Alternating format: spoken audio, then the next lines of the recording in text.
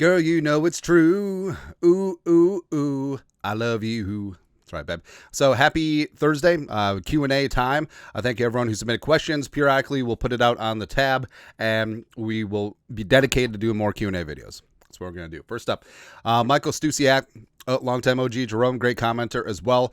Wondering about the 2026 cap, roughly where we will the Vikings be, and some steps that would improve the cap outlook. Thanks, Andy, for all you do. Hey, thank you. So there's a couple things. Number one, the Vikings. This is from Spot Rack. They have the Vikings at 51.5 over the cap in 2026. Now, there's some alarm bells by some people, but it's much ado about nothing. It's part of the plan. Trust the process. Kwesi and Rob Brzezinski certainly have this thing on lock.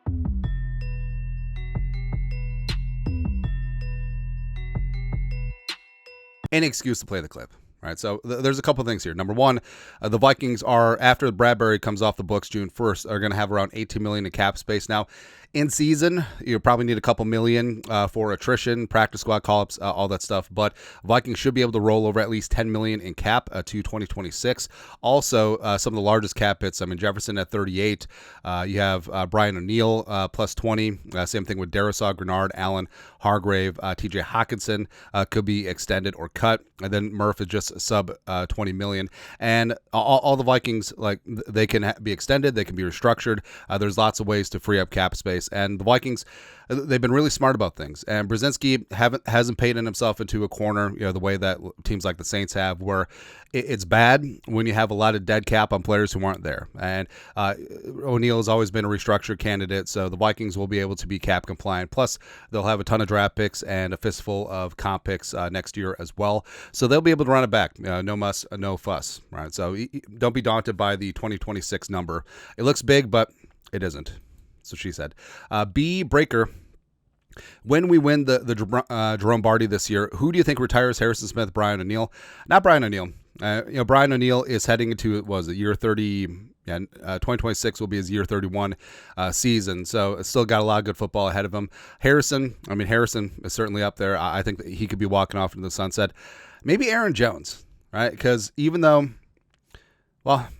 two ways to look at this. So Aaron Jones, I think, in a reduced role in conjunction with Jordan Mason, could keep him fresher. And even though he's going to be 31 in December, could keep around longer. Because it's like when John Elway finally won a Super Bowl and beat the greasy grimy Green Bay Packers in '97. Everyone assumed he would retire, but it's like, hey, we have a damn good football team. We're going to do it again. And then the Broncos and Elway beat the Falcons in '98, which they wouldn't have beat the Vikings. Vikings beats that team by 50, but I digress. But yeah, sure, the Falcons had to win because of Gary Anderson and Eugene Robinson getting a blowjay from a prostitute, all that stuff, or seeking, rather. Yeah, look it up. But also, like Aaron Jones, like maybe he returns for one more run. I wouldn't mind that at all if his physical skills are still up to snuff.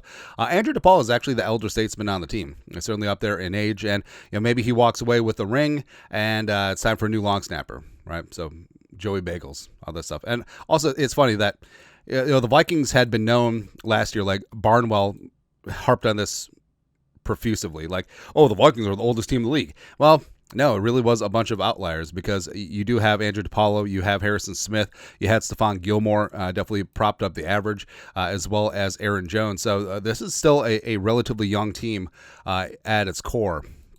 We'll just go from there. Next. Kirk Malo, with all the talk of Caleb Williams wanting to come to the Vikings, who do you think would be a better quarterback for the Viking style play, JJ or Williams? So, as someone who watched most of Williams' snaps at Oklahoma and watched every single one of his snaps at USC, being a quasi-USC fan, I think I'm uniquely qualified to critique him. I think that, obviously, this is all hindsight as well, but I think J.J. McCarthy fits in better with what Kevin McConnell wants to do on offense, right? And Caleb, Lincoln Riley gave him a lot of latitude. I'm not saying that Caleb isn't coachable or can't play with inside of a scheme, but his absolute best, but also his worst, comes off a script, right? So Caleb out there playing hero ball, especially his last year at USC, where Addison went to the draft, so playmakers were sort of offensive line was certainly and defense was non-existent. So Caleb felt like he had to go out there and score a touchdown every single drive and score 70 for them to have a chance. And you could see that he was pressing, right? But you saw brilliant moments out of that. You saw some not so good ball out of that. And with McCarthy, McCarthy at Michigan was playing within a scheme, whole hog. Like him And Harbaugh wants to be run first guy, play action, make a couple good throws on those meaty third down red zone plays. And that's exactly what J.J. McCarthy did. And that's why I do think that McCarthy is a better fit, because also he played basically his entire career under center. So he's got the footwork down, 3-5, 7-step drops, bootlegs, play action. Because Kevin O'Connell, quarterback under center, play action, be accurate over the middle off play action. Like, that's the offense, right? That's exactly what J.J. McCarthy brings. Now, I think eventually J.J. will expand, where right now he's a good sheet music musician. I think eventually he'll be a jazz musician. Like, Caleb Williams is just all jazz, right? And it's fantastic. But I think that specifically looking for a scheme fit, J.J. over Caleb Williams every day, right? Now, I think that Caleb Williams, it has an unlimited ceiling, but also I think he has a low floor. I think J.J. McCarthy has a very high floor and a very high ceiling as well. So high floor, high ceiling, extremely low floor, extremely high ceiling. That's basically what it comes down to. Next, fly traps. Will the defense have the same energy even without Cam Beasley? Well, they surely will in tackling Jahmyr Gibbs. Yeah, but Beasley... Beasley's energy was infectious, man. Like, he was so much fun. But I do think that Theo Jackson, he's for real. Will be a nice 1-for-1 replacement. I think we'll have that juice.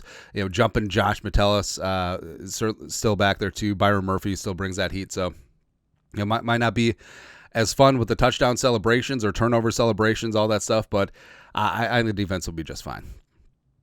Beasley was fun, man. Ton of fun. Next. ASA historian. I hope ASA is not like code for anything. UDFA dark horse for the Vikings. So there's a bunch of them that I like. Max Brosmer, I think, could develop into a decent backup. Silas Bolden, the short speedster from Texas. Urasek Nesbitt could be in there. Joe Huber, the guard from the Badgers. Logan Brown, former Badger, Kansas Jayhawk. I actually have him making the 53. And then Elijah Williams, Matt Harmon were UDFA tryouts. Made their way onto the 90-man. That's important. Tyler Batty, we've talked about ad nauseum. Michelle Powell, the ball hawk back there. Zamaya Vaughn. But for my money, like, Elijah Williams is super interesting, because he brings a little something that the Vikings don't really have in the second line defense. So Allen and Hargrave are basically 3 techs at heart, but they're going to be asked to be playing a lot of 5 tech. But since the Vikings are an odd front team now, you just don't really have that 3 tech that can just get in there and blow up a gap. Elijah Williams is a ball of energy, and he's undersized and also came from a lower level competition, Morgan State. Go Bears. Only time we'll say go Bears, but there's just some of he's just pulling up some clips. He's got juice. Like, low man wins, and he's got a great first step. He's got good hands. He's able to get skinny through the gap, and led the Bears with tackles for loss last year, 15, had 11 sacks. I think that he's a guy you should definitely keep an eye on in camp. Like him, LDR, Jalen Redmond, give me names certainly should watch along that D line this year. Lastly, Tim Lindsay. OG Jerome, how about a Jerome meetup an hour before each game at the Vikings Longhouse? I'll be there for the Patriots preseason game. Any interest or other ideas? So we'll do a Jerome meetup at some point during the summer, but I like, a lot of Jeromes and a lot of my friends are like, oh, come to a game, do that stuff. But see, it's great and I love and appreciate it. But Vikings games for most fans are just, good times, right? And obviously they're good times for me as well. And trust me, I'm not afraid of a good time, but I don't know, like this is sort of morphed into a quasi job, and I don't say it like it's a burden or have to do it, but I feel like my personal utility is best utilized, creating content and reacting and all that stuff, because it's gonna come off sounding like a douche, but just like, you want me on that wall, you need me on that wall. And I know people say, well, it's just preseason games. Hey, preseason games are important, because what about the middle of the 90-man? What about the bottom of the 90-man? Who's going to be making the bottom of the 53? Who's going to be making the practice squads? Who's making strides? Young players coming up. Like, those are important. That's important to me. So, I like going to games. Actually, I haven't been in a game in a long time, ever since the gig started. But also, this is a longer conversation, but I would never bring my kids to an NFL game. There's just way too many drunk people. And I say that as someone who definitely has themselves a good time, but there's just way too many drunk people. The vulgar language, the random sporadic violence is just, it's no bueno, right? And I know, just be an adult, sack up, you know what you're getting into, then that's exactly why I'm not bringing my kid to a game. That's it. We'll just go to baseball, which, I don't know. Maybe I'll get my kid into the NBA. Go Wolves. That's it, man. But yeah, we'll do long story longer. We'll do some Jerome meetups this summer. It'll get planned out, but probably not a game. Maybe the night before a game or during the bye week. Who knows? Anyways, that's it. Q&A for this beautiful day. You guys are the best. You know what to do. Skol, production value.